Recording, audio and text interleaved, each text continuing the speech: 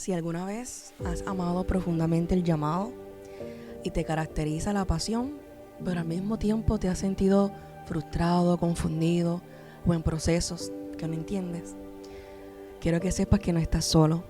Soy Jenny Grullón y esto es Entre Pasión y el Llamado.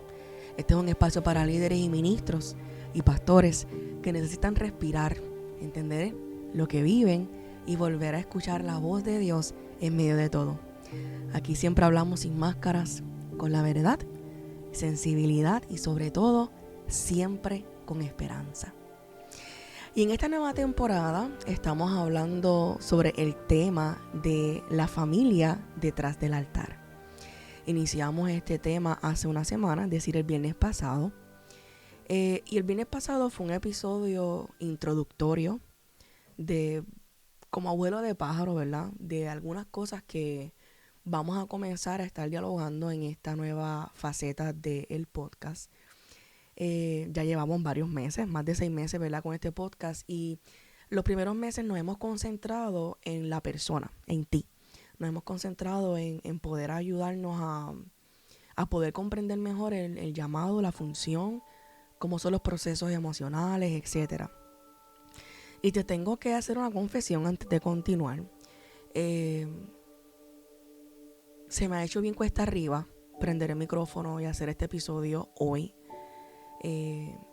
Porque yo normalmente para mis talleres, para mis predicaciones, igualmente para el podcast, yo siempre me preparo. No lo hago como que, tú sabes, a Dios que reparta suerte, no. Siempre me preparo como si fuese a hacer una predicación, que tengo que escribir, que hago mis apuntes, que escribo palabras claves, escribo historias, cosas, detalles para que no se me olvide y poder ser efectiva con el tiempo, porque si no lo hago así, pues entonces el podcast no cumple, ¿verdad?, con su objetivo del tiempo, que es de no ser extenso, ¿verdad? Y tenía realmente una lucha grandísima porque en esta ocasión, desde ayer, por nada del mundo me sale literalmente, como yo le digo, el sermón, pero no es un sermón, es la preparación, el escrito que siempre hago para mis podcasts. Y entre lucha y lucha decía, Señor, ¿y qué voy a hacer? Porque la realidad del caso es que no me sale. Cuando te digo que no me salía, no me salía. Y el Espíritu Santo susurra a mi espíritu que este episodio se va a ir sin una preparación previa.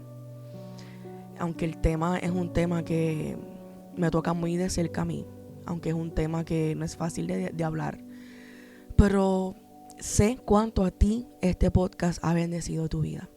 Y aunque siempre te digo que jamás ni me creo ni pretendo haber alcanzado todo, ni ser la más experimentada, pero con estos poquitos 20 años que llevo en el evangelio y más de 10 en el liderazgo, creo que algo tengo para ti, algo tengo para compartir. Y en este tema de la familia analizaba y decía, ¿cómo puedo entonces llevar a mi gente de la comunidad del podcast, antes de todo lo que podemos hablar del tema de la familia, cómo lo podemos entender?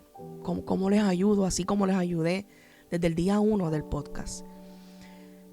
Y el tema que el Señor puso en mi corazón es: tu familia también, Dios la llamó.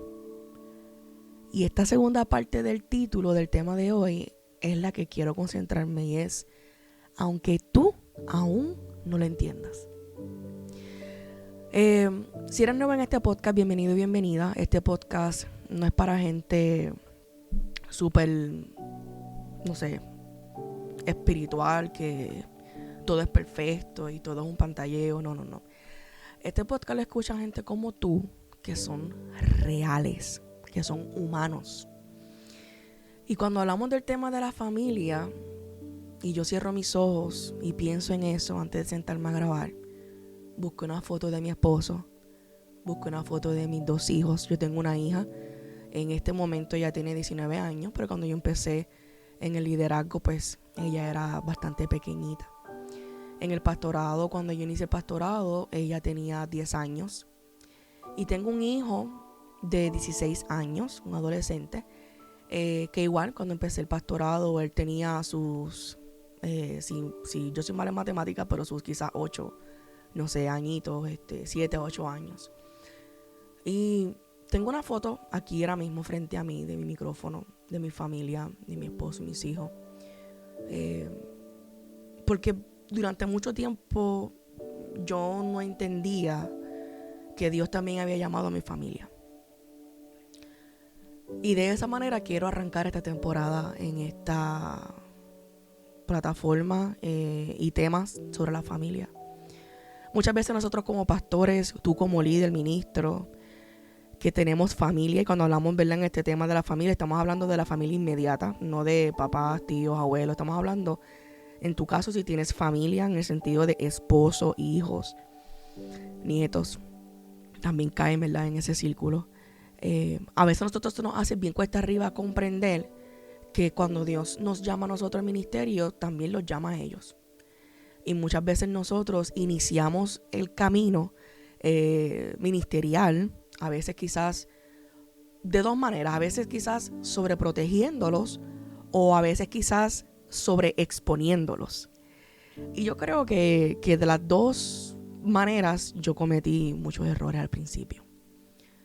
Se me hacía bien cuesta arriba el yo poder como que aceptar que ellos eran o iban a ser hijos de pastores. ¿Por qué? ¿De dónde vienen esas expectativas? Y eso es lo que quiero hablar, ¿verdad?, contigo en este episodio de hoy. Hay muchas falsas expectativas que nosotros nos creemos y por eso obviamente creamos un concepto en nuestra mente y ese concepto es lo que nos hace daño. Esos conceptos yo no los voy a hablar hoy. Eso se va a desarrollar con las semanas porque el punto del tema de la familia es poder traerte sanidad. Pero en el día de hoy yo tengo que ir años atrás y hablar desde ese punto en el que nosotros muchas veces iniciando, ¿verdad?, el ministerio, nos sentimos culpables porque Dios nos llamó. Porque nosotros venimos con la idea ya, o esa idea preconcebida de lo que nosotros vimos en nuestras iglesias cuando nosotros fuimos líderes en otras iglesias. Antes de nosotros ser pastores, y si es tu caso ser pastor, ¿verdad? Y comenzamos nosotros a ver desde lejos cómo uno estando en la posición de líder en una iglesia o uno siendo oveja en una iglesia, un servidor en la iglesia, uno escucha en los pasillos, uno escucha en el parking de la iglesia, se dicen comentarios al aire y uno se dio cuenta de cómo la gente cree que los hijos de los pastores son igualmente pastores como sus padres. En tu caso, si tú eres líder, pues la gente tiende a esperar que porque tú eres un líder con una posición en tu iglesia, pues tu familia tiene que tener el mismo testimonio que tú tienes. Y yo sé que esto es bien complicado y en el desarrollo de estos episodios, las próximas semanas te voy a traer Biblia, vamos a hablar de gente con familia en la Biblia y que tú puedas como normalizar un poquito más este tema para que te traiga restauración y sanidad y tú puedas comenzar poco a poco a entender la gran bendición que es que Dios te haya llamado a ti y tú entiendas que también llamó a tu familia. A veces nosotros queremos ser el Espíritu Santo Junior y a veces nosotros queremos simplemente que nadie destruya lo que nosotros con tanto dolor nos cuesta construir. A veces nosotros queremos cuidar a nuestros esposos o en tu caso si eres varón y a tu esposa y los queremos cuidar y sobrecuidar muchas veces, ¿verdad?, por los comentarios, porque hay gente cruel. Y este tema Dios comenzó a ministrarlo a mi corazón. En esos primeros años me ponía a yo mirar a, por ejemplo, los políticos. Yo no sé nada de política, pero te traigo este ejemplo por posiciones como tal de autoridad. Y el Señor me ministraba y me decía, quiero que comiences a pensar y a mirar a otras personas que tienen posiciones de autoridad. Porque llegó un momento dado en el que yo decía, ay, esto solamente ocurre con las familias pastorales, esto solamente ocurre con gente que tiene iglesia, pero con nadie más. Y ¿sabes qué? No es así. Cualquier persona que tenga una posición de autoridad, de poder, de liderazgo, no importa ni la religión ni donde esté parado la persona, siempre su familia va a ser un punto blanco de críticas. Pero yo no lo veía así. Así que Dios me comenzaba a ministrar y me decía, piensa en el presidente de Estados Unidos. Si tuvieras una foto ahora mismo de sus hijos y de sus nietos, ¿qué tú pensarías de ellos? Si yo te enseño la foto o pudiéramos nosotros ver la familia de personas, ¿verdad? Con ese tipo de posiciones, ¿cómo lo juzgaríamos? Los artistas. Ahora mismo los artistas seculares, por darte un ejemplo. Cuánta gente literalmente critica, no voy a mencionar el nombre, pero hay una gran artista, ¿verdad? Que pues, no le sirve al Señor, oramos por ella, que tiene, ¿verdad? Hijos, y pues sus hijos pues son personas que no sirven al Señor y pues tienen unas identidades que han abrazado, ¿verdad? Del mundo que no son las mejores. Pero cuánto literalmente atacan esos hijos. Esos hijos quizás son las personas más humildes del mundo, las más sencillas del mundo, pero por ser hijos de una persona que es figura pública, por una persona que es rica en dinero, pues ya de antemano, ay sí, porque nació en cuna, porque es un riquitillo, porque es un parásito, no sirve para nada, no sabe hacer nada. Y ya de antemano le ponemos etiquetas. Entonces, no la esfera, pero la comunidad religiosa, no nos libramos de eso. Entonces yo entender cómo es la visión de la gente, en cómo ven a las personas con posiciones de autoridad, me ayudó a sanar algunas cosas. Me ayudó a entender cómo la gente lo ve y yo a aprender a romper con el qué dirán de mi familia. Yo recuerdo que hubieron muchos años y temporadas desde antes del pastorado en donde yo estaba sobrependiente todo el tiempo a mi esposo, que mi esposo es un poquito más explayado que yo. Él es muy cuidadoso, el pastor es tremendo, un hombre muy sabio. Pero mi esposo es diferente a mí, tiene un carácter y una personalidad totalmente distinta a la mía. Yo soy una persona mucho más analítica que mi esposo, pero por mucho. De hecho, paréntesis, recuerda que en esta temporada de la familia yo vengo a hablar de matrimonio pastoral o de liderazgo. Prepárate. Mi esposo es muy diferente a mí.